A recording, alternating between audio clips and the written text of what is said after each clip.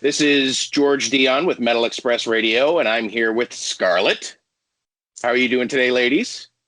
Good. Thank you. You're going to have to explain to me exactly what Scarlet is. Is Scarlet a band? Are you Scarlet? What exactly is Scarlet? Yeah, I am Scarlet. It's a solo act with a +1. And that's her. Yeah. And she's Thirsty? I'm Thirsty. Mm-hmm. And you also have a backing band? Yeah. Okay. So how and when did the band form? Or I guess how and when did Scarlet form? It was about 3 years ago. Yeah, it's funny now during the pandemic and all, I'm still counting like this year, but I don't know if I should count it, but it started 3 years ago and we've been active for 2 years and then a pandemic year. Okay. Yeah. Fair enough. So has the pandemic in Sweden, has that limited your ability to tour and stuff like that? Oh, yeah, totally. Well, we had a tour planned. Yeah. That should have begun at January 2020. Not January, sorry, March. Yeah. When was it? Okay, somewhere. I'm sorry, I had a glass of champagne. So my brain works little limited. Yeah, and so many plans that just got canceled, like for every band, I guess. But yeah, we are like, we're not in quarantine here. Haven't been at all. Okay. So, but still, you need to follow the restrictions. Yeah. And not travel. So, no tours. Okay. So let's talk about the new album that's set to release on November 13th, Obey the Queen. Yes. Is the title of the album sort of a representation for who you are, a strong, authoritative female figure? Yeah. Simply put. I wanted it to be called Obey the King and then put myself there, but then people were like, no, not gonna work. Yeah, but I would say this was one of the first songs that I wrote together with, you were in it a little. I wrote it. Yeah. So I just knew immediately when we named the song that this is the album title. Okay. Yeah. So let's talk about a couple of songs that you've released so far. You've released a song called Ugly Fucker. Yeah. Now, I read what that song is about, but why don't you describe where you were coming from when you wrote that song? So since I started, so many things happened so fast. And one of the things that I didn't kind of knew was going to happen was all the I guess, especially in social media, I get like pictures and like film clips of men showing their genitalia. Yeah. And I've heard about this from friends that are in the industry, but I didn't really think that it existed. But then I got a lot of it, and I was like started wondering like, what do you? This is a penis. What do you want me to do with this information? And then I started to answer the guys that sent this. Either I sent a picture of a penis back, or I asked, like, what do you think? What do you want me to do with this? But then, yeah, nothing made sense. And I wrote Ugly Fucker to just like kind of describe that this is not the way, dude. I have sex, yes. And if you want that with me, try, but not like this. So. You should have put a compilation of all the penis videos and pictures in your video of the song. Yes, I actually saved a few in the beginning, but then it was too disgusting. I mean, I think a naked man, a penis is not, I'm sorry to say this, but I think a naked woman is more attractive than a naked man. Well, why am I talking about this? Stop me when I'm Well- starting. well, do you guys have Seinfeld in Sweden? Yeah. Okay, so like they said in Seinfeld, though, a naked woman is a work of art, and a naked man is just utilitarian. Yes! Spot Yes! on. Whew. I have to agree with that myself. Moving on. Yeah, thank you. Let's Please. go to the song "Boss Bitch." Yeah. What's that song about? It's a song. This is so funny because when we wrote the album, we were like, hope we don't come off as too like feminist, or that's not the point of this album. But then when we released first Boss Bitch and then Ugly Fucker, we were like, oof, this came out a little harsh, but still, it's about female empowerment, and also like to all the ladies in the biz, in the metal industry that fight for, like, you don't you have to be so much better than all the men to make it. And it's Right. like in society overall, it's like that. It's not that I'm very like super feminist, it's just my reality and our reality. And we see, well, if you compare the metal industry to the like real society, the metal industry is more forgiving and more like friendly and nice, but Boss Bitch is just a tribute to women, I would say. And Love Heroin is more of a love song per se. I guess so. I mean, I don't really feel anything. It's something wrong with me, I've heard, but I don't. But that song it's the only thing I've written that comes from directly from the heart and from pain in that way. All right, so love is what? Shit.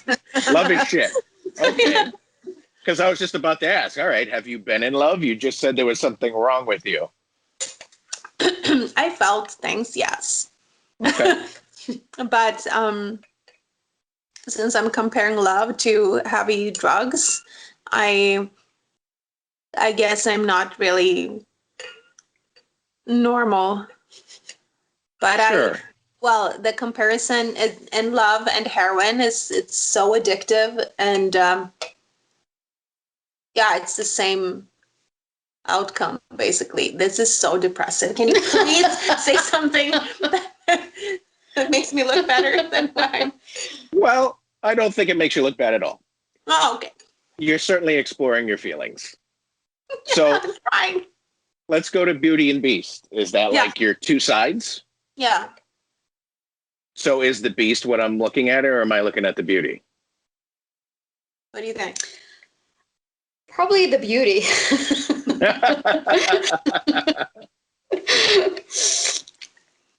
Yeah. It can get worse. Okay, so you would say you have a bad side as well as a good side. Yeah, I would say that I wouldn't say bad, I would say dark. The dark side in me it's much bigger and more like it's harder to control, but the older I get, the more I understand how to control it. It's really schizophrenic. Sure.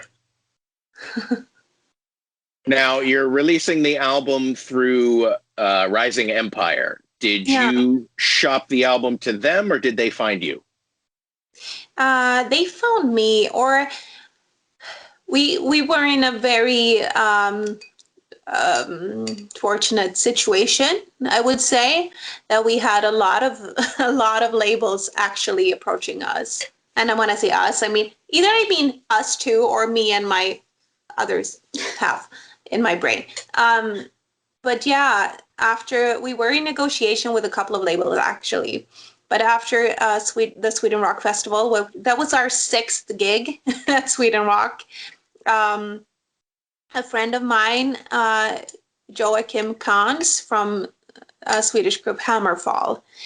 He's a good friend of one of the owners of the Rising Empire, and I think he actually was it like that? I don't remember. Yeah, I think he approached them saying that you should check out these. Yeah.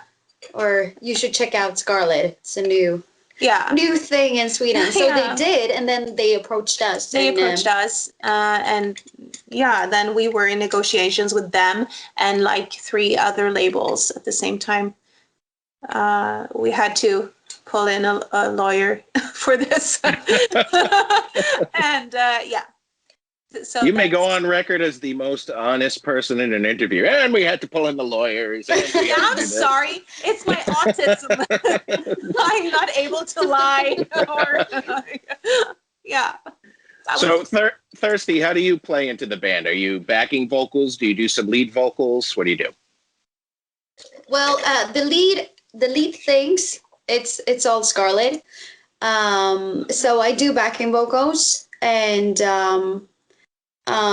basically just like keeping an eye on her. Oh, okay. Yeah. So you're like her handler and her drink supplier. Yeah. Yes. Just good enough. Briefly. Scarlet released a few singles in 2018 that weren't included on this album. Did you just think that they were too old? First of all, it's with a different label. Okay. So I just came from 0, and then I got signed to this first record label, and we released 3 songs, and then I decided I wanted to try to release something by myself, and then we released End in Blood. That went very well, actually. But no, it's a different label, and also it was kind of find out my sound. So we don't even do those songs live anymore because it's Killer Queen we do. Yeah. Killer Queen just hit over 1 million streams on Spotify. So that was the first song I've ever written. Okay. And that is one of the songs that is it's going well, I think. Yeah. But yeah, it was so those reasons. Different label, and also wanting to make new things. Is there a significant behind your stage makeup? What do you mean? Does this face signify something to you? Yeah, different things. Well, first of all, that we're like everyone looks the same underneath everything. A skeleton. Okay. And also like the darkness that we all have inside of, more or less. Okay. Do you think that theatrics is important when it comes to heavy metal music? Like visuals and imagery and stuff like that? Because I'll be honest, the only way I found out about you or came across you is I saw the cover to your CD, and I'm like, I should check that out. Yeah, I would say like more visual is important than theatrical. Like, even if you don't have to take it to the theatrical side, but you do need to have a sort of visual, like, it didn't just happen that you became a skeleton. There is a very strong point behind it, but it's I don't know. I think not in metal in general. I don't know if it's that important for us. There is no other way.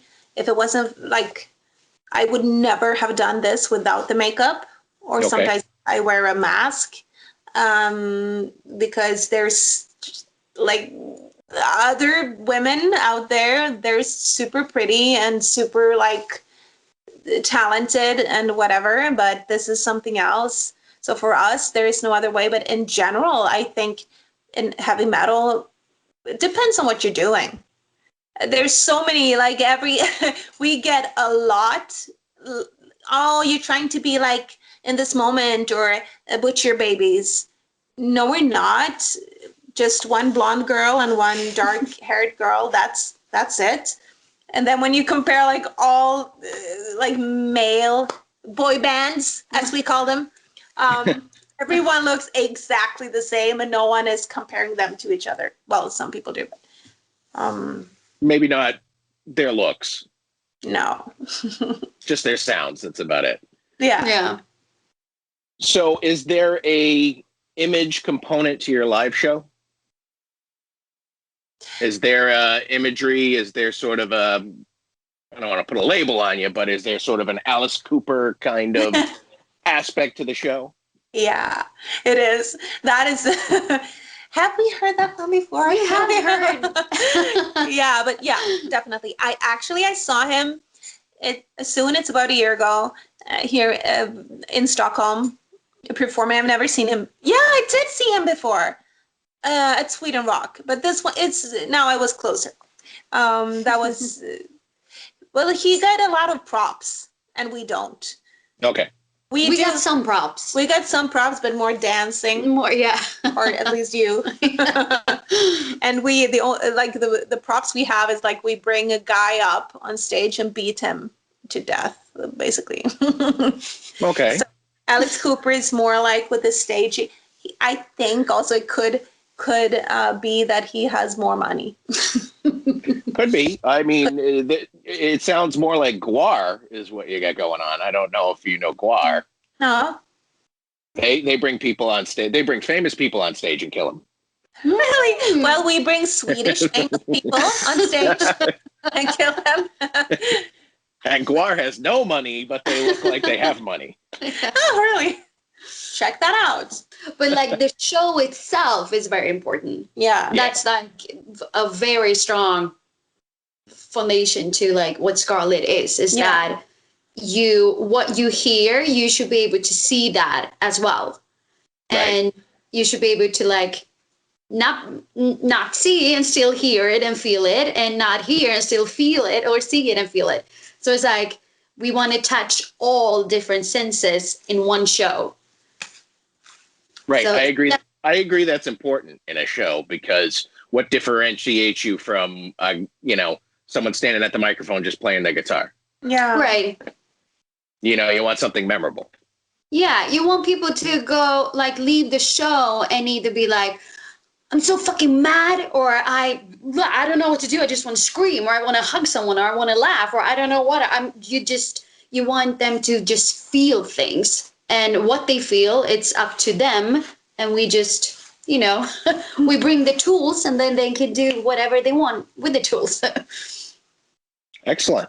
So with touring on hold, are you guys making music? Are you doing online shows? Are you doing anything to kind of keep the flow going? Yeah, we do different things. Of course, in this, when all this started, I think you need to, I'm more of a business person than musician, I would say. And first of all, you need to just like know the industry and know the market and see what other bands and people are doing. So we try to, it's hard. We get a lot of mails and a lot of people approaching us about doing live shows. We did one so far, but it takes, like, for us, it's not like putting up a show in our garage like other people do. It's kind of not working with the brand. So we have passed on many of those suggestions. Yeah. But we, since we are in the fortunate situation that we have a label and we have an album coming out and we have their support, we can still work with this.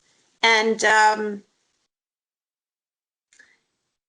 releasing singles, and we can start on working on the second album. And we are in communication with the tour. What's it called?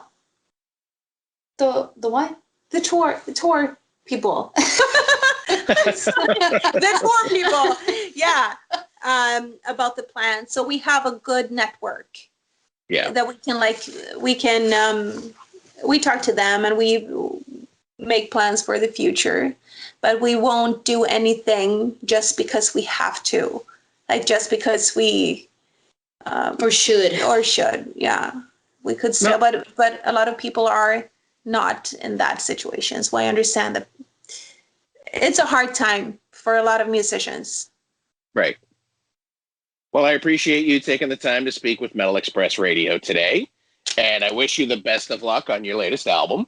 Thank you so much.